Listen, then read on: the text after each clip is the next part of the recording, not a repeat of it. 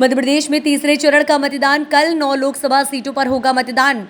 मुरैना, विदिशा, राजगढ़, बैतूल, गुना, ग्वालियर, भिंड, सागर, विदिशा लोकसभा के लिए होगा मतदान। गर्मी के चलते मतदान केंद्र पर बढ़िया व्यवस्था की गई है। मिनी आईसीयू की तरह व्यवस्था की गई है। सबसे ज्यादा प्रत्याशी भोपाल में है, सबसे कम प्रत्याशी भिंड में है। 1,77,52,583 कुल मतदाता हैं। 92,68,687 पुरुष मतदाता हैं। 84,83,105 महिला मतदाता। 491 थर्ड जेंडर मतदाता। 88,106 85 साल के ऊपर के मतदाता। 18,400 साल से ऊपर के मतदाता। 52,51,079 18 से 21 साल के मतदाता। 20,04,056 कुल मतदाता केंद्र। 20,043 से पिंक बूथ। 75 दिव्यांगों द्वारा संचालित सभी मतदान केंद्र और छाया, पानी, व्हील चेयर, कुर्सी की व्यवस्था की गई है। 9 लोकसभा सीट में 5,744 अति संवेदनशील मतदान केंद्र 800 हैं।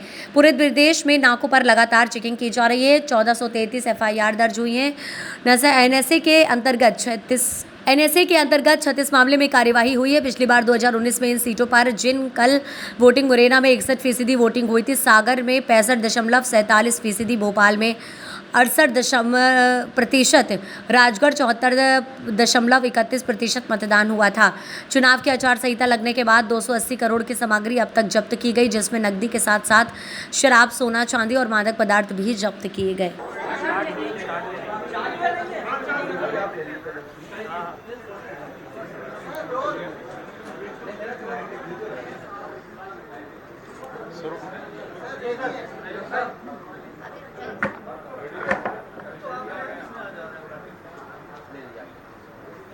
तीसरे चरण का चुनाव 7 मई को, मतलब कल है अपने यहाँ। फर्स्ट 2 फेजेस हो गए हैं, जैसा आप जानते हैं, 19 तारीख को और 26 तारीख को पिछले महीने। कल 9 संसदीय क्षेत्रों के लिए मतदान होगा। मुरैना, भिंड, ग्वालियर, गुना, सागर, विदिशा, भोपाल, राजगढ़ और बैतूल। आप जानते हैं कि बैतूल पहले सेकेंड फेज में था, अब वो एक्सटेंड हुआ था, अब वो थर्ड फेज में है। यदि हम जिले देखें तो ये जो 9 संसदीय क्षेत्र हैं, इसमें 19 जिले शामिल हैं जहां ये चुनाव होगा। आज मतदान दल सभी जगहों से रवाना हो रहे हैं। काफ़ी जगहों पे ये काम, जैसा भी हरदा बात हुई, हरदा से 100% पार्टियां जा चुकी। भोपाल में करीब 95% पार्टियां रवाना हो चुकी। तो धीरे धीरे सभी जगह यही स्थिति है कि अधिकांश पोलिंग पार्टीज अपने अपने गंतव्य की ओर जा चुकी हैं। जो कुछ बची हैं वो जा रही हैं। डिस्पैच सेंटर पे काफ़ी अच्छी व्यवस्था गर्मी के कारण हम लोगों ने सुनिश्चित की है, कलेक्टर्स ने, और हम लोगों ने ट्वीट के माध्यम से आपको बताया भी है कि किस प्रकार से अधिकांश जगहों पे जहाँ पे वितरण केंद्र है वहाँ पे एक तरह से मिनी आईसीयू जैसी व्यवस्था करके, चाहे दतिया, ग्वालियर, सागर, कई जगह, गुना, कई जगहों पे इस तरह की व्यवस्थाएं की गई हैं। मतलब चिकित्सक की व्यवस्था, और यदि किसी प्रकार की कोई दिक्कत हो तो तत्काल मेडिकल उपचार और मेडिकल सहायता मिल सके, उसकी अच्छी व्यवस्था की गई है।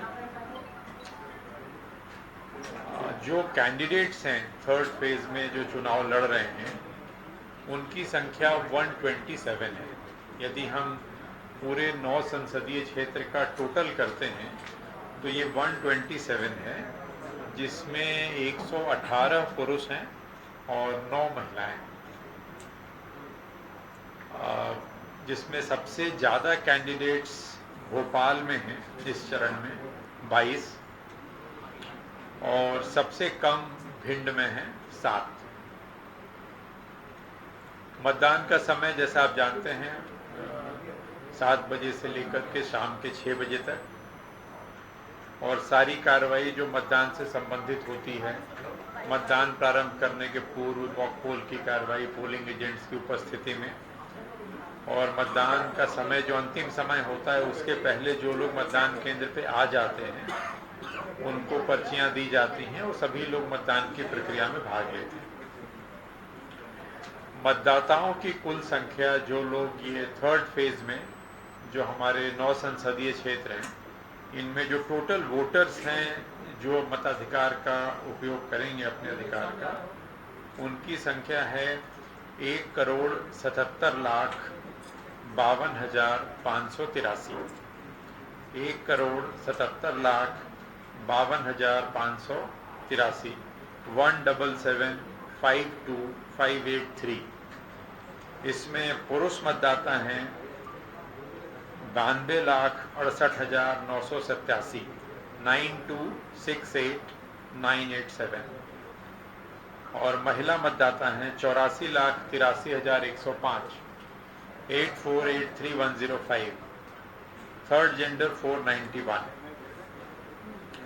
यदि हम श्रेणीवार देखते हैं तो जो दिव्यांग मतदाता हैं थर्ड फेज के लिए, उनकी संख्या है 1,66,431।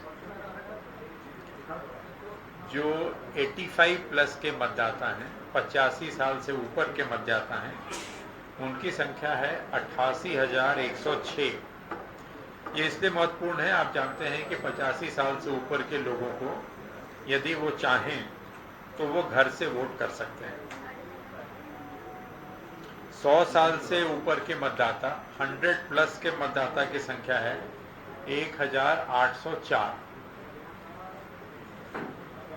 जो हमारे सर्विस वोटर्स हैं इस फेज के लिए, जो लोग आर्मी में हैं, सेना में हैं, जिनको हम ETPBS भेजते हैं, उनकी संख्या है 36,778 36,778।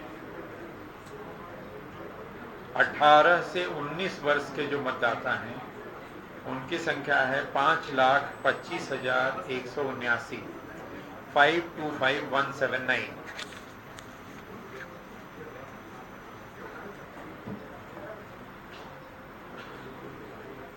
जो टोटल मतदान केंद्र हैं थर्ड फेज के, मतदान प्रतिशत की जानकारी हम लोग वैसे भी आपको हर 2-2 घंटे पे उपलब्ध कराते हैं और अब वोटर टर्नआउट ऐप से भी आप देख सकते हैं, आप देखते हैं।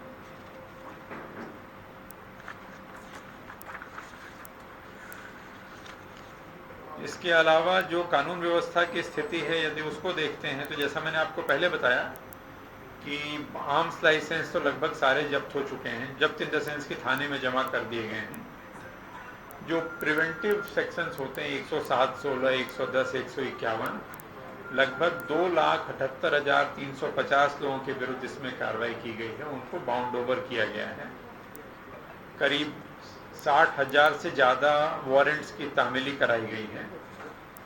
आज की स्थिति में हमारे करीब 800 नाके हैं जो लगे हुए हैं, 307 नाके हैं जो अंतर्राज्यीय हैं और 495 नाके हैं जो राज्य के अंदर के हैं। इनके माध्यम से लगातार निगरानी की जा रही है। जो FIR दर्ज हुई हैं आचार संहिता के दौरान अभी तक वो 1433 हैं। 1433 FIR दर्ज की गई हैं आज की स्थिति में। सी विजिल के माध्यम से जो शिकायतें मिली हैं उनकी संख्या 4,435 है, जिसका समय पे निराकरण किया गया है। जिला बदर के जो केसेस हैं जिसमें जिले से बाहर करने की कार्रवाई की जाती है, उसके 1706 प्रकरण में फाइनल ऑर्डर हुआ है। उसी प्रकार से जो नेशनल सिक्योरिटी एक्ट है NSA की कार्रवाई होती है, उसमें 36 प्रकरणों में कार्रवाई की गई।